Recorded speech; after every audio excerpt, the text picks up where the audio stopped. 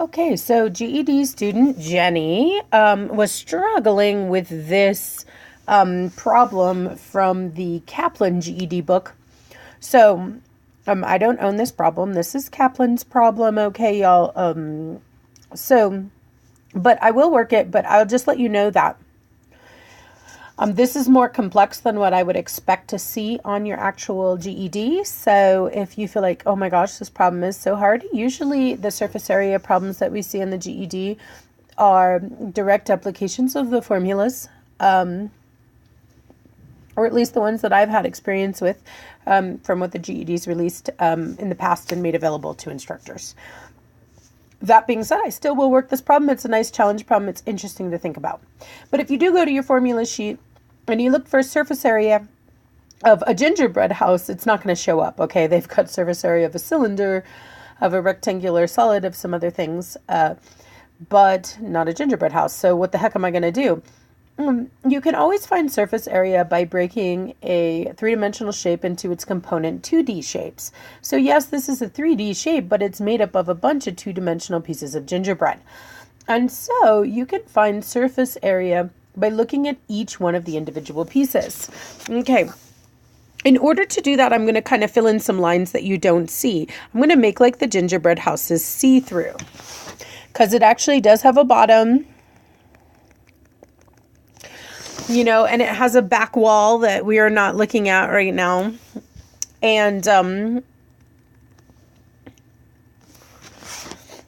a roof. So there's a lot going on in a gingerbread house, and you have to imagine that you broke it down into its pieces. So let's go ahead and deal first with just this piece. I think this piece is a super easy one to deal with because it's a rectangle. And basically, to find surface area, all you got to do is find the area of each one of the 2D pieces and add them up. So that's what I'm going to do. So let me think of the area of just this shape. So this rectangle here is 12 inches long, but how tall is it? You know, I need two dimensions to get the area of a rectangle. Well, you can see that this length here is 8. All the parallel sides with it are also going to be 8. So this one will be 8. And this one will be 8. So this is an 8 by 12 rectangle, an 8 by 12 rectangle. So this guy is 8 times 12 square inches. 8 inches times 12 inches is 8 times 12 square inches. So let's see, 80 and 16, that would be 96 square inches. Okay, and that's for that piece right there. But think about this. If I turned my gingerbread house around, I would actually have two pieces exactly this size. So this piece and the one back here on the back wall, directly across from it. And so I actually have two pieces just like that. So I actually have that 96 inches 2 times. So let's see, that's 12, 18, 19, 192 square inches. Ooh, and I said square inches, but I didn't write it up there. Square inches. Okay, so I got 192 square inches with those two pieces, that one and that one in the back.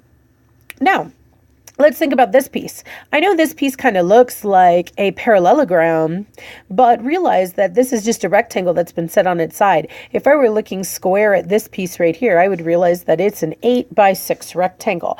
So that's an 8 by 6 rectangle, meaning that it's 48 square inches. Remember, the easy way to find area of a rectangle is just to multiply the two dimensions. And your formula sheet does say that. It says the area of a rectangle is equal to width times length, if you don't believe me. So I do that, but realize that that exact same rectangle happens twice. It happens there, but it also happens directly across from that on the other side here. And so I'm going to have that 48 inches twice. For, let's see, 696, a total of 96 square inches there from those two. So now I've gotten the 4 sides that go around. I got this one and the back, and I got this one and this side.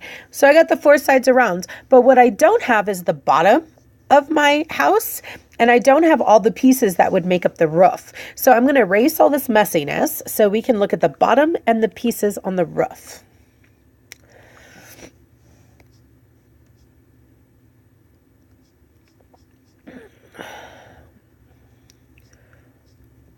Okay,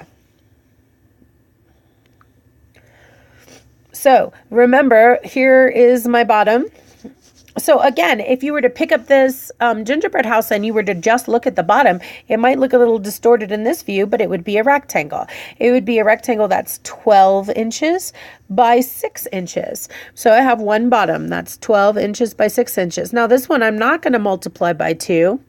So 72 square inches, because I only have one bottom. The top of this is not the same shape. The top of this is the roof. So I have the 72 square inches from the bottom, the 192 square inches from the front face and the back face, and the 96 square inches from the two side faces. Okay, now I've got to work on the roof. And hopefully, as you can see, the roof is made of 4 pieces. We have this front triangle, which would have an identical triangle in the back. If you can imagine, the other side of this, the one I can't see back here, would have an identical triangle. So I'm going to have this triangle twice. Now, this is why, Jenny, when I emailed you, I said that whether or not Kaplan's a big publisher, this triangle actually doesn't make sense. So this right triangle couldn't actually appear in the real world because of the measurements they put on it. They just slapped some random measurements on this. But that's okay. We'll just figure it out with the measurements they gave us, even though they don't make much sense. Okay, so what we see from this triangle is that it has a height of 4 inches, a height of 4 inches, and it has a base of 12 inches, a base of 12 inches. So hopefully you can see that. And if you have no experience at all with triangles, maybe you don't realize that the base is one of the sides. 12 inches is the base. And the height is always a perpendicular, so it comes up at a perfect right angle, line that stretches from the base to the tippy top of the triangle here. And so it measures how tall my triangle is. So I can see that I have a triangle with a base of 12 inches and a height of 4 inches. And I hope you figured out that I got the 12 from the other side of this rectangle here, knowing it had to be parallel. So to find the area of a triangle, I do 1/2 the base times the height, and this is a formula from the formula sheet. So A is equal to 1/2 of 12 times 4, and 1/2 of 12 is 6, and if I were to multiply that by that remaining 4, I would get 24. So this little triangle here is worth 24 square inches, but remember there's 2 of those triangles. There's 2 of them. So I'm going to take that 24 and I'm going to multiply by 2. For a total of 48 square inches. Good. I'm almost done. Holy moly, this is a nasty problem. And this is why I said you probably wouldn't see this on the GED. The last thing I need are these 2 peaks up here. And again, these things would be rectangles. If you think about this, this is one graham cracker rectangle. And then on the other side here, or not graham cracker, but gingerbread. On the other side here, this would be an identical gingerbread rectangle, even though they're a little skewed. That's how the roof would look. So this is a 7-inch. I can see that's marked with 7-inch, but I don't see a marking here on the other one. So again, I'm going to come down to the other side of this rectangle. That's a 6. So this is a 7 by 6 rectangle. So 7 by 6, 7 times 6 would give me 42 square inches. So if that piece is 42 square inches and I have that same piece twice, I'm going to have to multiply that by 2. So 42 times 2 gives me 84 square inches. Whew, holy moly. Okay, so I circled all the numbers I needed once I finished the work. So now I'm just going to add them all up.